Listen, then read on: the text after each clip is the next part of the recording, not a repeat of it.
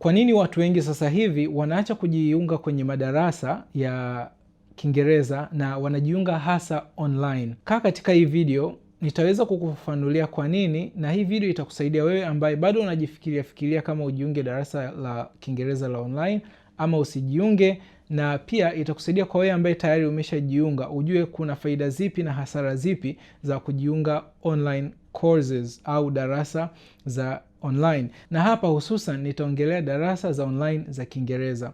Kitu cha kwanza ambacho ni kitu kinafanya watu wengi sana waache kujiunga katika darasa na wakimbilie online ni kwa sababu ya swala la upatikanaji wa walimu. Tunajua ya kwamba upatikanaji wa walimu online ni mrahisi zaidi kutokana na mitandao kama YouTube, Instagram na TikTok. Na hii ni kwa sababu walimu wengi unaweza ukawakuta kwenye hii mitandao na sio tu kuwaona bali unaona na kazi zao. Kwa hiyo kama mimi nikiwa kama mwalimu wa Kiingereza, unaweza kuona kazi zangu mtandaoni kwenye mitandao yangu ya Easy English TZ, namna ninavyofundisha. Kwa hiyo pale unapojiunga unakuwa una imani zaidi na kile ambacho unaenda kupata kwenye darasa langu la online. Swala la pili ni swala la muda. Kuna wengine anaweza akaona video yako ni nzuri ila akaona bado haijamridhisha, yeye anataka kusoma darasani. Swala la muda kwa watu wengi ambao wana kazi zao na wapo busy na majukumu ya kimaisha linawakwamisha katika kujifunza Kiingereza darasani. Na hii ni kwa sababu muda wa watu wengi kutoka kazini ni jioni. Kwa hivyo inaleta ugumu sana kutokana na kumanage muda wako kutoka kazini uanze safari ya kwenda kujifunza darasani, na hasa kwa mji kama wetu huu wa Dar es Salaam ambapo kuna jam, na hata kama ukisema upande pikipiki bado ile safari tu ya kwamba kwenda na kurudi, mfano labda English course ipo Mbagala, wewe unaishi Kariakoo au unafanya kazi Kariakoo, bado itakuchukua muda mrefu sana kwenda na kurudi. Kuna mtu mwingine anaweza akasema kwake muda sio shida.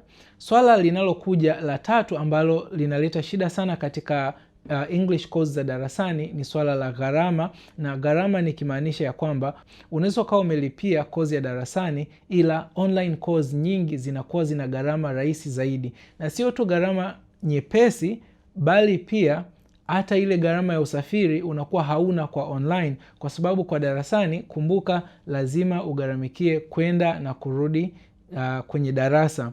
Sio hivyo tu, kwa mtu ambaye yuko busy, yani una kazi zako na majukumu yako, obviously utataka kuwa unaenda darasani kwa haraka na kurudi ili uweze kuendelea na majukumu. Hiyo itakufanya wewe ulazimike uchukue usafiri wa haraka ambao labda ni pikipiki au gari, na hivyo inaongeza gharama mara nyingi ili ufike mapema. Na hata kama ukasema kwamba unaweza kutumia daladala na kwako muda sio shida, ila pia ile swala la kutumia daladala kwa ajili ya kurahisisha gharama mara nyingi litakufanya uchelewe kutokana na kama umetoka kwenye majukumu haya ya kazini unataka kwenda kwenye darasa la kujifunza Kiingereza, unaweza ukachelewa na ukakuta wenzako wameshafika mbali na hivyo usipate kitu, na hii itakufanya ukate tamaa mapema katika kujifunza darasani. Swala jingine linalofanya watu wapendelee sana kujifunza online kwa sasa tofauti na darasani ni swala la kufundishwa privately. Nikisema kufundishwa privately na maanisha kufundishwa peke yako, unakuwa wewe na mwalimu tu. So watu wengi wakienda kusoma darasani huwa wanakusanywa kwa course nyingi za Kiingereza, wanakusanywa na mnafundishwa kwa pamoja. Ila ukitaka mwalimu wako wa private inamaanisha uwe una muda tofauti na ule muda wa darasani. So watu wengi ambao wanafanya kazi na wanawahi kutoka nyumbani, wanachelewa kutoka jioni, wanakosa ile fursa ya kumfuata mwalimu kwa muda wake private. Na hivyo basi online inarahisisha iko kitu sana, kwa sababu unaweza ukawa unataka kwenda kazini asubuhi, kwa hiyo ukaingia kwenye darasa lako labda saa 1 hadi saa 2, saa 2 ukaingia kazini, au saa 12 hadi saa 1, saa 1 ukawa ushaanza safari yako ya kwenda kazini.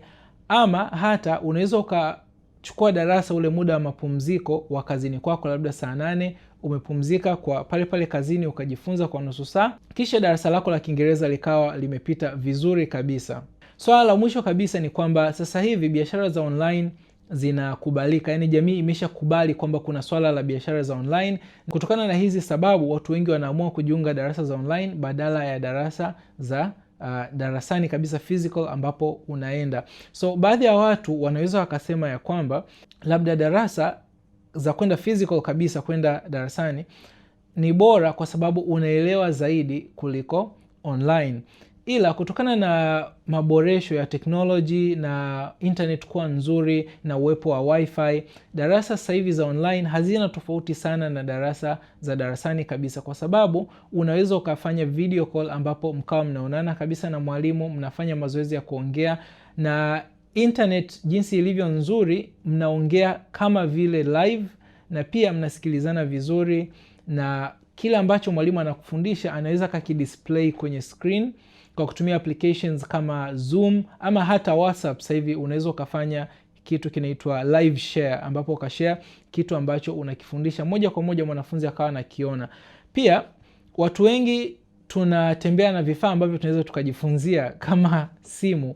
Kwa hiyo hii imerahisisha sana swala la ufundishaji, kwa sababu unachohitaji ni simu peke yake. Mwisho kabisa, watu wengi sasa hivi wana uwezo wa kumiliki wifi au wapo kwenye mazingira ambayo yana wifi, na hivyo inakuwa haina gharama kabisa kujiunga kwenye darasa la online, tofauti na ile ada ambayo unalipia kujiunga, ambapo mara nyingi ni gharama nafuu.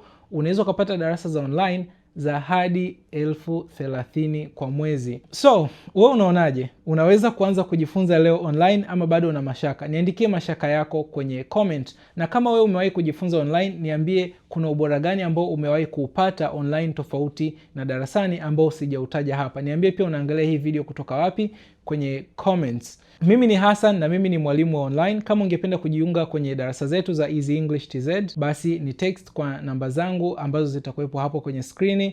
Uwe na siku njema, tukutane tena katika video nyingine. Asante.